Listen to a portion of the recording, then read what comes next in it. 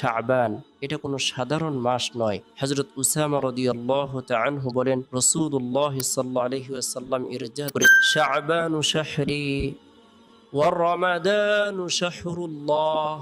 রাসূলুল্লাহ সাল্লাল্লাহু আলাইহি ওয়াসাল্লাম ইরশাদ করেছেন, শাবান আমার মাস আর রমজান আল্লাহর মাস। তো শেখ আব্দুল কাদের জিলানী রহমতুল্লাহ আলাইহি বলেন, শাবান শব্দে পাঁচটি হরফ আছে। এই 5 হরফে লুকিয়ে আছে 5টি বড় অর্থ।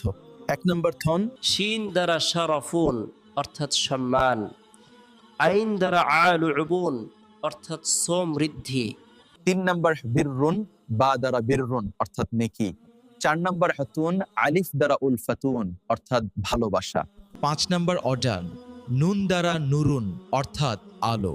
এক কথায় যে বান্দা শাজাবান মাসে বেশি বেশি ইবাদত বন্দেগী করে, আল্লাহ তাকে দেন সম্মান, সমৃদ্ধি, নেকি, নিজের ভালোবাসা আর ইমানের আলো।